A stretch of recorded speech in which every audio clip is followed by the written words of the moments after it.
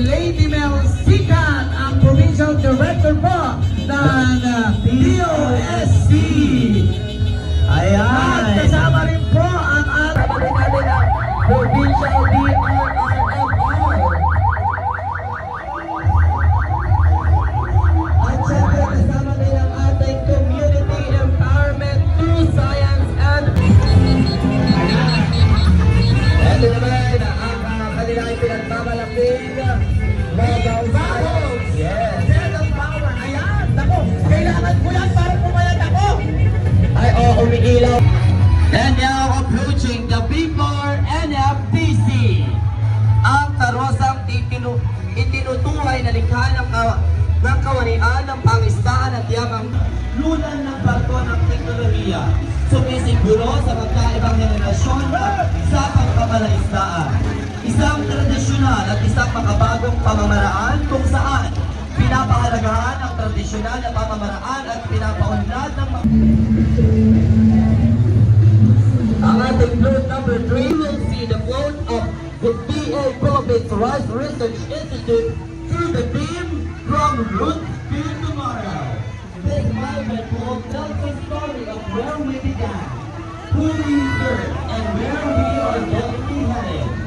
At the back of the float, a powerful image of the capital alongside Filipino farmers and reflecting its role as a bridge between tradition and innovation. Modern biotechnology is highlighted through laboratory sciences, laboratory materials, and microscopes, and emphasizing advances in breeding, disease diagnosis, and sustainable aquaculture technologies.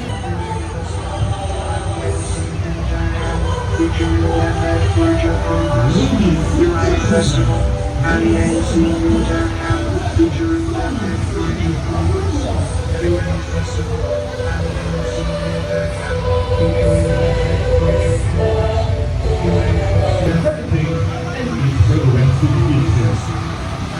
Smart Education and Technology. At the rear of the boat, trees, crops represents the deep roots of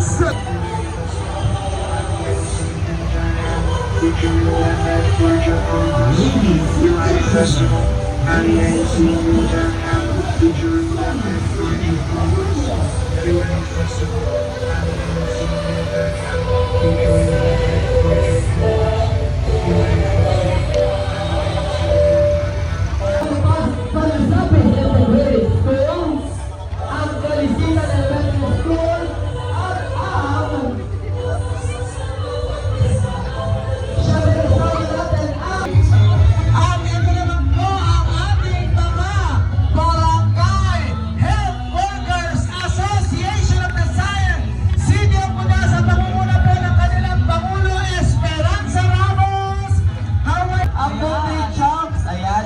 ng aking pamilya sa Bineg. Hello!